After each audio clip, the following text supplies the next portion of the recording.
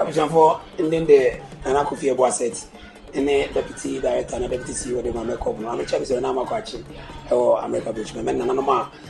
Bessie Munana, and Poya Boshama, Samson aside for Dr. Sadia, remember, and I have somebody, Sampa Mine, and Jack Sekoma, he advises and I say, Yami Aduma, 27th of this month, and he started Meko Bungara or Sampa, may agree 27th of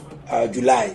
We are Yami Aduma 31st. A clean up exercise from Quan, Ecoso, Ewo Domasi, 31st, a clean up exercise, Ecoso, Ewo Domasi. Sansona, Yami Aduma on the 1st, a gospel rock show, and as Ecoso, Ewo Domasi. Sana on the 2nd, a Bono,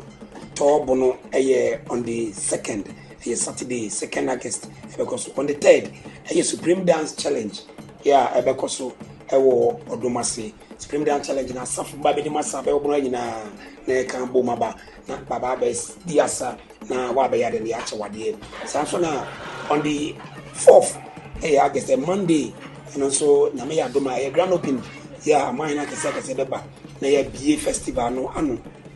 amana ayefe na me ya do ma on the 5th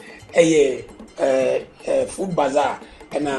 hair screening food bazaar and hair screening Ebekoso nyame adomo do wasene on the 5th on the 6th akonde akonfo abebro nyina beba na bekom na ya chere tamamre de tabakosem on the 7th beauty pageant here so Ebekoso ewo domasia Maria so no abewo bro nyina ebijansin piso ba be frate bubu yeji na ina wan be jina timpiso na ba be showcase better talent e de a chere bono man sanso na nyame adoma on the 8th Carnival, Quachade Street Carnival. Yes, a Carnival, no, Yene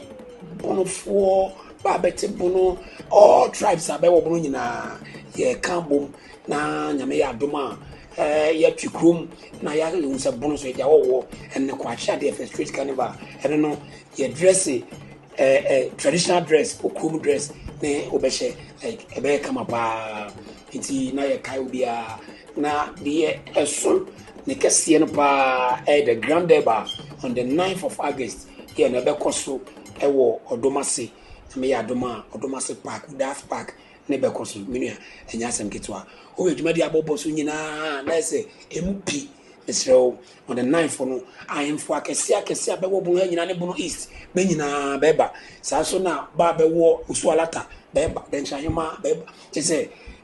ayemfo akese pa ne beba ti memfa enyu film brebi na yenkamum na Meko Bono Homecoming Festival 2025 yi enye krabehwe menim se wo boa ho so beba na trade fair no so se wo ton ade na wo pese wo beton ade a from 4th no edikosi 9th no trade fair ya ekoso ewo domase anije di a opdia from 4th to 9th in there odomase ebeye se nyeke no ebeye kikim ebeye bonfete ntimia enyu film Meko Bono fie ni fie Meko